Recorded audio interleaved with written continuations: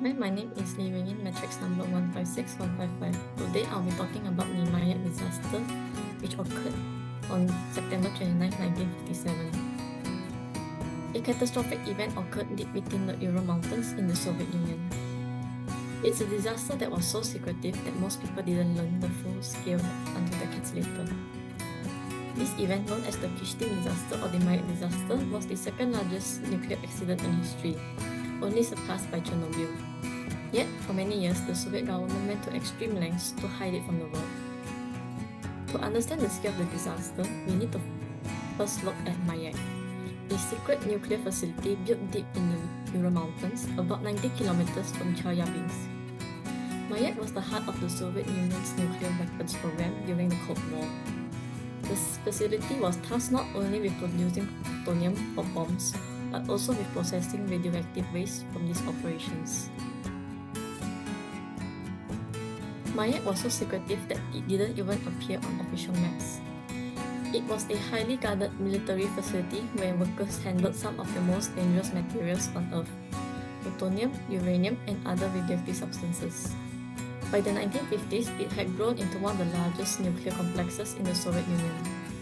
But the Soviet authorities, eager to keep up with their Cold War agenda, were not focused on safety. They underestimated the scale of the work, cutting corners and ignoring proper precautions. One fateful day, disaster struck.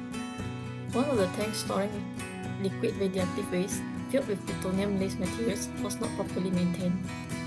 As the tank began to overflow, a dangerous reaction occurred. The tank, located underground, exploded. The force of the blast was so powerful that nearby villagers reported hearing the explosion. But the real danger came from the radioactive cloud that was released into the air. The explosion sent little amounts of radiation into the atmosphere, and the fallout spread quickly across the Chelyabinsk region. The wind carried the radioactive cloud for hundreds of kilometers. The government, however, tried to downplay the severity of the situation, keeping the public in the dark. For days, residents remained unaware of the danger surrounding them, and it took weeks before an evacuation was occurred. The effects of the disaster were so devastating. People exposed to the radiation began experiencing symptoms of acute radiation sickness, such as nausea, vomiting, hair loss, and skin burns. But the true horror would reveal itself in the years to come.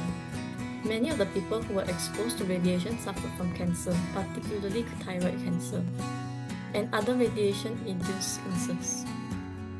The impact wasn't just on those who were directly exposed, it also had generational effect. Children born to parents in contaminated areas faced birth defects, and many adults saw an increase in serious health conditions. Yet, for years, the Soviet government refused to acknowledge the scale of the disaster. They kept the details hidden from the public, and the word Kishtim itself wasn't even allowed to be spoken until the 1980s. It wasn't until a Soviet scientist defected to the West in the 1970s that the full scope of the disaster was revealed to the world. The true death toll of the Kishtim disaster is still unclear. Experts estimate that hundreds, if not thousands, of people died from the effects of radiation. But records are scarce, and many were destroyed or kept secret.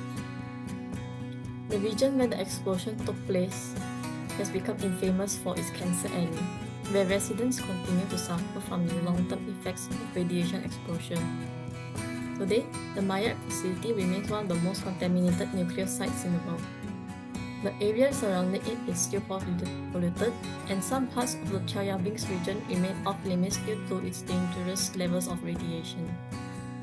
The Mayak poison plume continues to affect the soil, water, and wildlife around the area, leaving a toxic legacy that will last for centuries. For further information, these are the references that I used. That is all for me today. Thank you.